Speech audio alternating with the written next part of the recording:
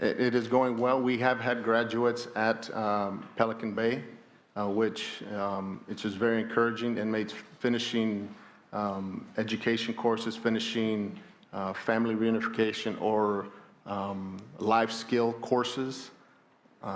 These are going on not only at Pelican Bay, but at Corcoran and at Tehachapi. Okay, and you know, there's been a lot of controversy around the practice of journaling, what is called journaling. Yes. Inmates writing their thoughts and a variety of other things, which are then reviewed by staff, and a feeling on the part of some inmates that that is manipulative and intrusive, and not actually therapeutic. Has the department looked at that at all, and why is that continuing as a major part of the step-down process? On the onset, we did receive a lot of complaints, and we do still receive some concerns from the inmate population on journaling. But we also see opposite comments that they enjoy journaling. But I just want to make clear on the journaling themselves, when staff review them, it's not peace officer staff looking for information to do any additional gang enhancements with them.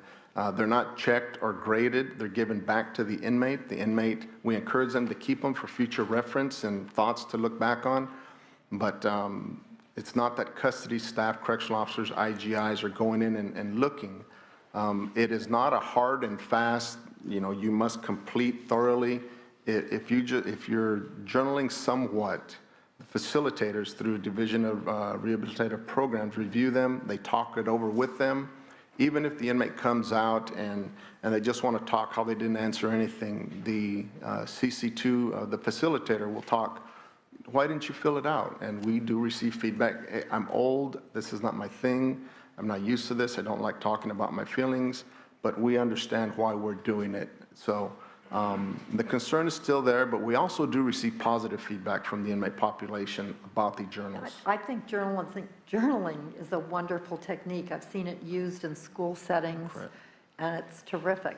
I don't know that it's a notebook handed over in those settings, but individuals do keep records of what they're learning, their thoughts, their reflections, and then can read and share them with each other. Correct.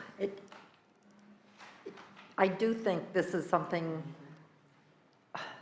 that if there are experts who know about rehabilitative programming ought to be looked at, that I don't know if it's something that gets turned over generally to someone that would have the power to recommend whether or not you would get a privilege or a step down. It is facilitated, the journaling is facilitated through DRP, through that staff, not the custody or prison staff.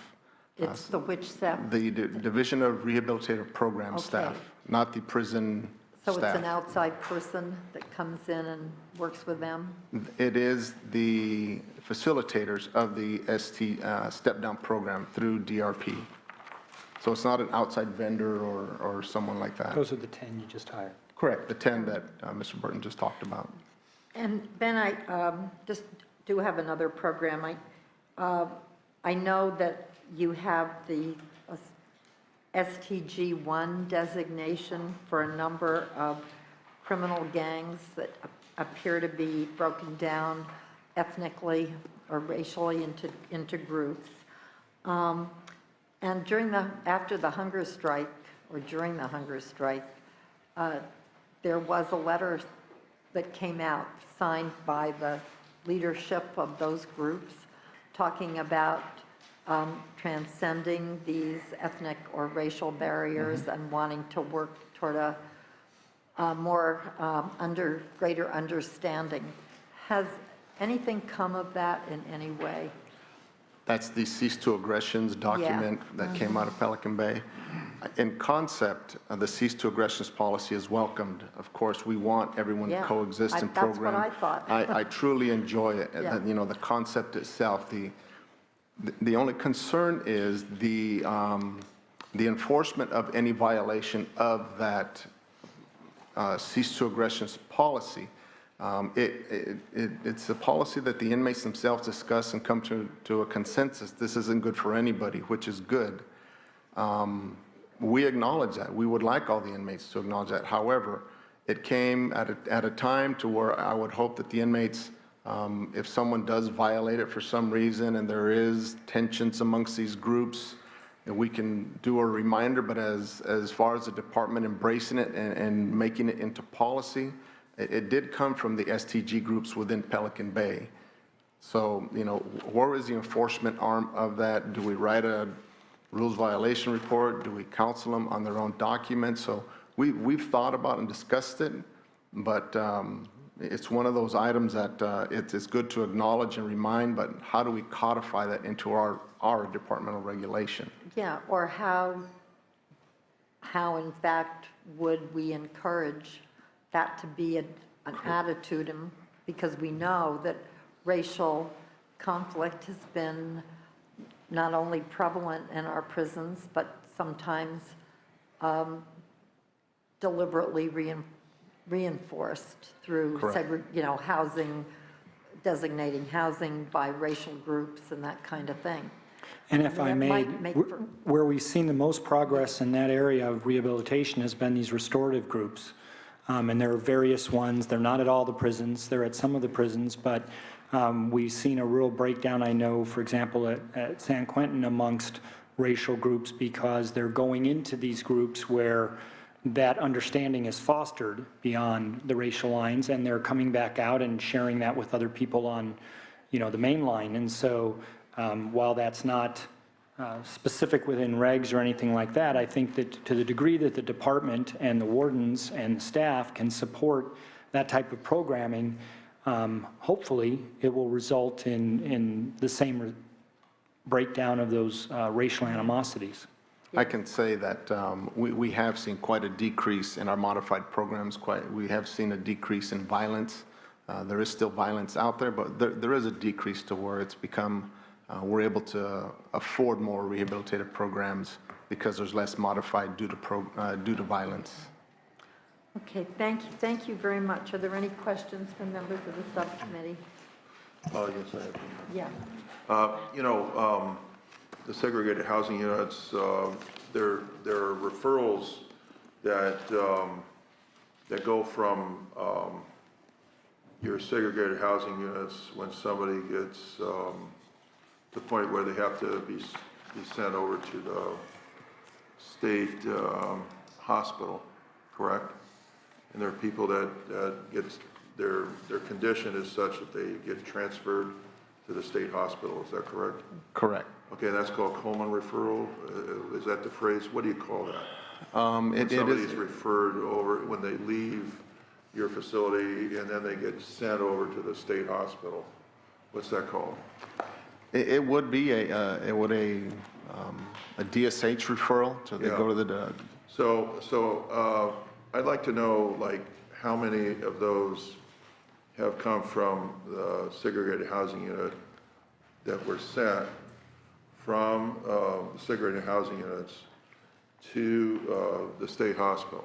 I would have to get back to you with that information. I don't have it offhand. And then it'd be interesting to see how, out of the total number of people that got sent from the whole department, what percentage of them were sent from the segregated housing unit component? So out of that total, what percentage of them were sent from the segregated housing unit? I'll have to follow up with that information for you. The segregated housing unit costs how much money per year to operate on an average? I mean, you have different types of programs, and what does it cost to send somebody to that?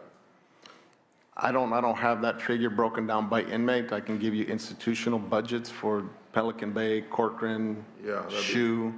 Well, I'd like to know what the number would be. We heard the hospital cost $210,000 average. Probably would have to find out how many dollars we have to spend when they send somebody over to from the segregated housing unit to the state hospital.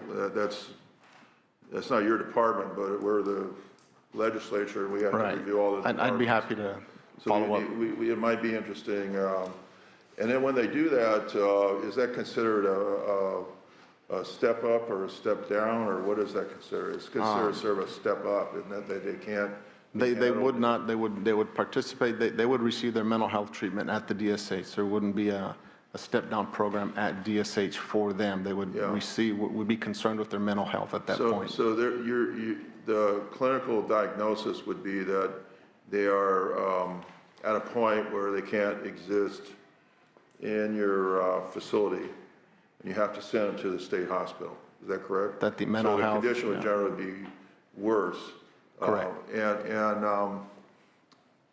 So I'd be interested in seeing what the statistics are on that, and then maybe, I don't know who's examining why the people were sent, why the conditions got worse. It'd be an indication to me of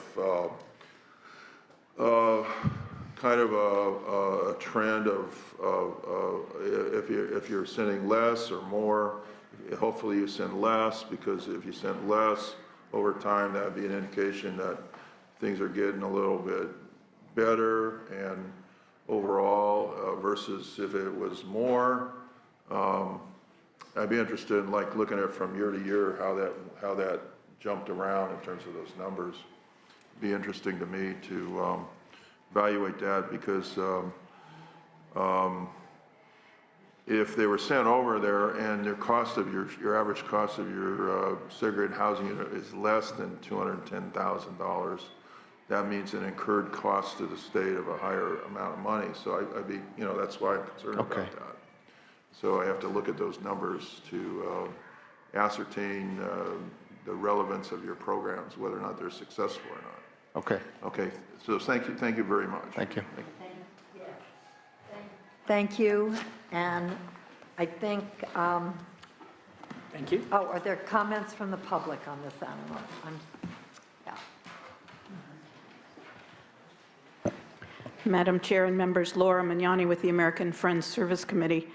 Boy, I don't kind of know where to start, but I do want to start by saying that of the case-by-case reviews that have been held, I don't think you said that 70% of the people being heard are being transferred to general population, that is to step 5. That's an astoundingly large percentage, and it says to me that probably a great number of those people didn't need to be isolated year after year. I think the figure, Senator Beal, that you're looking for, and maybe the LAO could help on this, is about $80,000 a year for a person being held in a security housing unit. That's a lot of change for the state of California to be holding people when 70% could have been in general population. So I think it's important to be aware of that.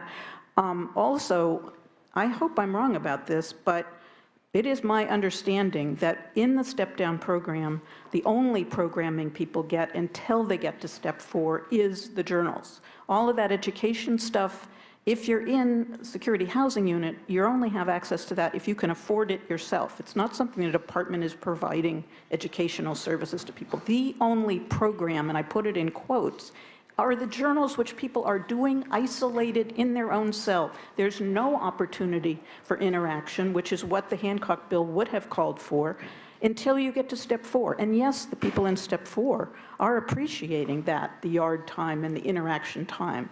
But people need interaction before 3 or 4 years down the road. So we're really pleading with you to help make that happen. And we're also hoping that the good time credits that people lost in the budget process in 2010 can also be added to the list of incentives to keep people programming. Because what we're hearing is that people are discouraged about journal after journal after journal, year after year, and starting to not cooperate with it. And we're hoping there'll be enough incentives to keep people in the programs. Thank you. Could I just quickly ask LAO or finance or the department or the OIG, is the $80,000 figure per year in roughly what people understand this to be? I'm not familiar with that figure. We don't generally track per capita costs or cost per inmate by custody designation, so I'm not familiar with the figure. might be a good idea. Yeah, Aaron Edwards with the LAO. We don't have that data either. We'd be happy to work with the department to try to calculate that for you. I would note we don't budget the department in that way. We don't budget them a specific amount for different types of custody designations. So whatever costs there are that are higher for the segregated housing units would sort of be spread across other inmates as well. Right. yeah, it would seem to me that would be a very interesting statistic to have, because we do have statistics on the average cost. I believe it's $55,000 a year per inmate. And we do know $250,000 was what it cost in juvenile detention for a juvenile. Yeah, yeah. And we do know that death row is higher.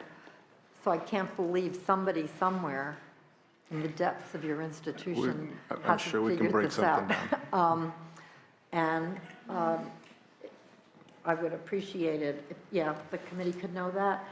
And you probably do know, Mr. Diaz, but is the 70% returning to the general population a correct number? Roughly. That's Roughly. a pretty close number, roughly. Okay, well, that is an encouraging number. Yes, it is. And it is indicative, perhaps, of what we could expect if we could expedite the processing Correct. of the additional cases. I think that's very key, very key. Yes. And, but it, right. Correct. But it. Neither do we. Right, so thank you very much. Thank you. For that. Moving on to item number 7, which is the department's population budget proposal. Who will be presenting that? Yeah. Hi there, Hi. Jason Lopez from the department. So for the population proposals, and speaking of number crunchers, I've brought with me Mr. Wayne Babby from our research department. Do you know the answer to the question? Different numbers, Madam Chair. So I actually don't even have an overview for this particular item. I know that in the next item on the agenda, we get into a little bit of what we've heard typically when this has come up with the buffer and the department's plan, the bed plan going forward and that type of thing. So I feel like there's a little bit of overlap with the two issues, but I'm happy to, Mr. Babby and I are happy to answer any questions you might have about the population proposal specifically. Okay, which is basically the department is asking for $10,283,000, which is $160 million over the amount budgeted last year. And we had, we'd mentioned previously, but I think it's worth revisiting that those increases are primarily tied to our employee comp increases that we've seen, so our compensation changes that have occurred through bargaining units, and the additional costs tied to these court orders that you've been covering this morning. yeah, that's right. It would be interesting to know how much is court orders and how much is, we discussed the workers' comp, sick leave, and other factors that could be an indication of morale in institutions, and that perhaps could be helped by training or other kinds of workforce development or workplace issues. I don't have a breakdown of the 160 off the top of my head, but I'm happy to work with your staff to get that for you. Okay. Well, you know, you've indicated that this is really very congruent with the next item. So why don't we move to the next item unless there's any public comment on this particular item? Oh, okay, sorry, thank you for reminding me. So the LAO, you do have some overview recommendations. Yeah, and these will fit into the next issue as well. Thank you, Madam Chair. Aaron Edwards with the LAO. I am going to be speaking from a handout today. It's should be in front of you now. It's entitled "The Governor's Population-Related Budget Proposals." Do you have copies of the handout for other people who may not have received I think the it? sergeant has some he's distributing good. right now. Maybe you could distribute them. Before I dive into the handout, perhaps just a couple of clarifying comments to help shed some light on what I think can be a fairly complex set of interrelated issues here. So when we talk about the governor's population-related proposal, it's not really one discrete proposal, but rather it encompasses a series of interrelated issues. That includes the administration's proposal, or their projections for what the inmate population and the parolee population will be in the current and budget years, as well as how they propose to house the inmates that they have projected they will have in the coming year. So that includes things like the activation of the infill facilities, the number of contract beds that they're proposing to use. It also is going to be influenced by different policy changes such as Prop 47 and the impact of those sorts of policy changes on the overall population. With that, I'll go ahead and provide a little bit of background. I think it's important to provide some context for all of this discussion, think about the 3-judge panel order to reduce overcrowding in the state's prisons. So if you turn to the first page of your handout, we have just provided a summary of the court order and the targets that the courts set for the department to reduce the level of overcrowding in the prisons.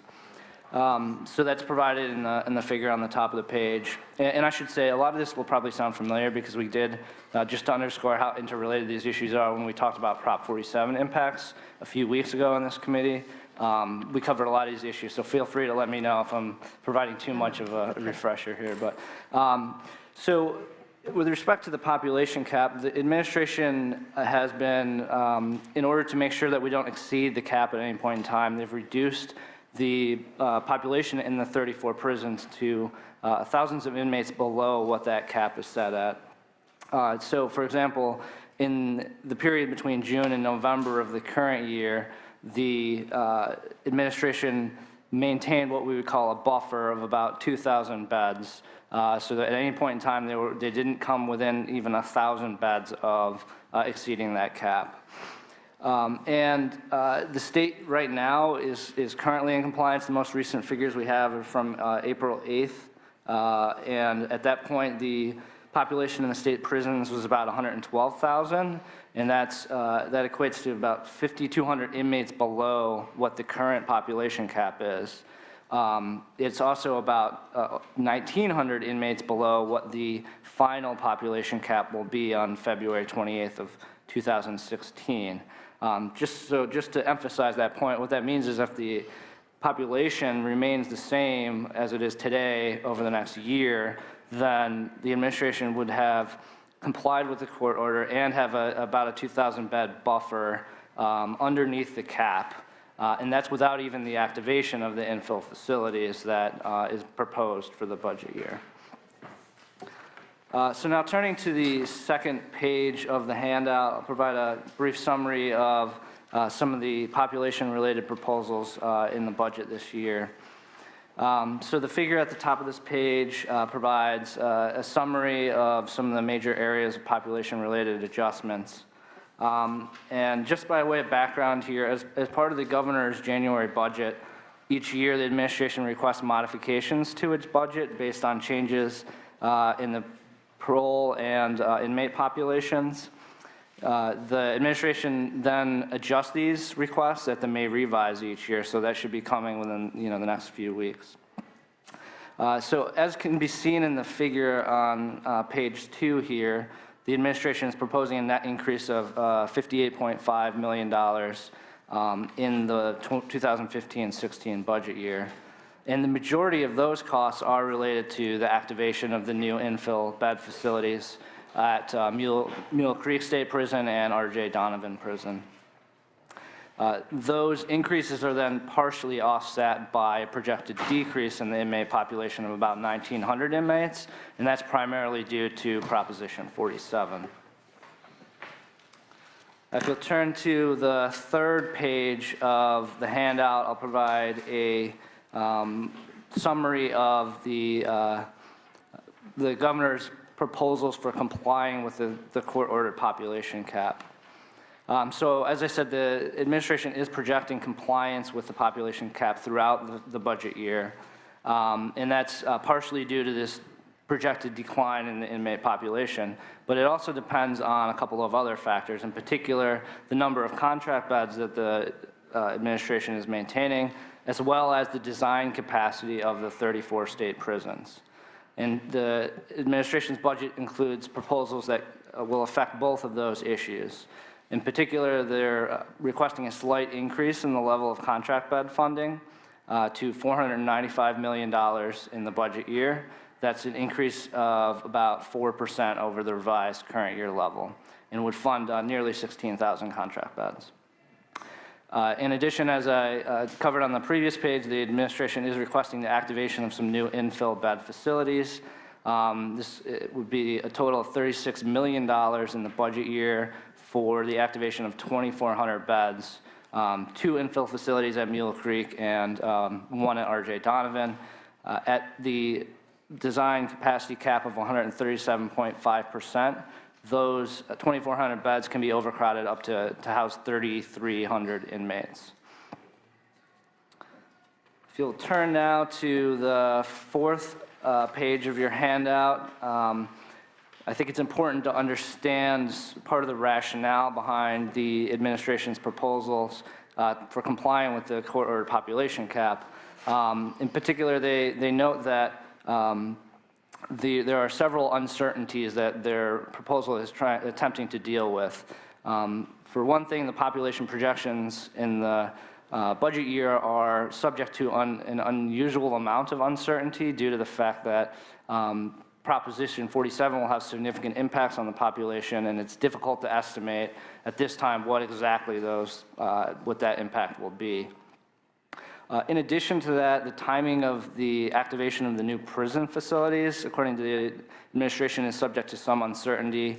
They note that while the project is currently on schedule to be completed by February 2016, it could encounter unexpected delays, such as poor weather, which might delay the activation of those facilities. And then finally, the way that the court will count the capacity of those new facilities is subject to some uncertainty. The court will need to decide whether they'll count the full capacity as an additional capacity in terms of measuring our compliance with the population cap immediately. So in other words, that 3,300 beds would be counted as part of the design capacity as soon as it's activated in February, or if the court could take an alternative view where they would only count the full capacity after it reaches full activation, which won't be until July of 2016. The court's required the state to meet with plaintiffs' attorneys to resolve this issue. At this time, I don't think they have reached any resolution on that issue. If you'll turn to the page 5 of your handout, we'll highlight some of the concerns that we have with the governor's proposals. Specifically, we think that the governor's budget provides at least $20 million more than necessary for contract beds in the budget year.